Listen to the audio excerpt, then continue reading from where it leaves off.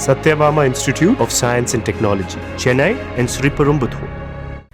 Trichy DIG Varunkumar மற்றும் அவருடைய குடும்பத்தினர் குறித்து நாத்தக்க ஒருங்கிணைப்பாளர் சீமான் அவதூறாக பேசியதாக வருண்குமார் தாக்கல் செய்த வழக்கில் சீமான் நாளை ஆஜராக வேண்டும் என திருச்சி நீதிமன்ற நீதிபதி உத்தரவிட்டுள்ளார். இது குறித்தான விவரங்களை நம்முடைய செய்தியாளர் கதிரவன் வழங்க நாம் கேட்கலாம். கதிரவன், நீதிமன்றம் என்னென்ன உத்தரவுகளை பிறப்பித்திருக்கிறாங்க?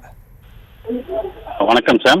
திருச்சி சராக டிஐஜி வருண்குமார் மற்றும் அவரது மனைவியும் ஐபிஎஸ் அதிகாரியுமான வந்திதா பாண்டே உள்ளிட்ட அவரது குடும்பத்தினர் பற்றி நாம் தமிழர் கட்சியினர் சமூக வலைதளங்களில் அவதூறாக பேசி போட்டோக்களை மார்பிங் செய்து பதிவிட்டிருந்தனர். அதே போல அக்கட்சியின் தலைமை ஒருங்கிணைப்பாளர் சீமானும் டிஐஜி வருண்குமார் மற்றும் அவர் குடும்பத்தினர் குறித்து அவதூறாக பேசினார்.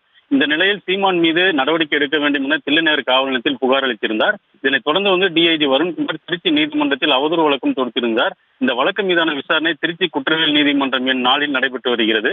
இந்த வழக்கில் சீமான் இன்று நேரில் ஆஜராக வேண்டும் என குற்றவியல் நீதிபதி உத்தரவிட்டிருந்த நிலையில், ஆனால் சீமான் நீதிமன்ற உத்தரவின்படி நீதிமன்றத்தில் இன்று ஆஜராகவில்லை.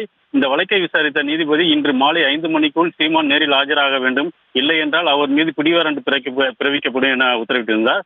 இதன் காரணமாக வழக்கு தற்போது காலையில் ஒத்திவைக்கப்பட்டு இன்று மாலை தற்போது நடைபெற்றது. மாலையில் டிஐஜி வருண்குமார் மற்றும் அவரது வழக்கறிஞரும் நீதிபதி முன்பு ஆஜராகினார். அதே போல நாம் தமிழர் கட்சி ஒருங்கிணைப்பாளர் சீமானோட வழக்கறிஞரும் நீதிமன்றத்தில் ஆஜராகி விளக்கத்தை அளித்தனர். ஆனால் தற்போது நாம் தமிழர் கட்சி ஒருங்கிணைப்பாளர் சீமான் ஒரு தனியார் நிகழ்ச்சியில் பங்கு பெற்று இருப்பதால் வர முடியாத சூழ்நிலை உள்ளது.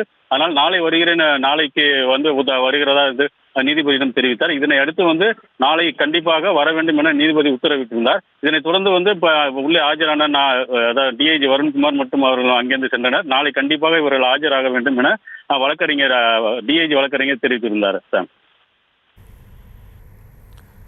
விவரங்களுக்கு நன்றி கதிரவன். Satyabama Institute of Science and Technology, Chennai and Sriperumbudur.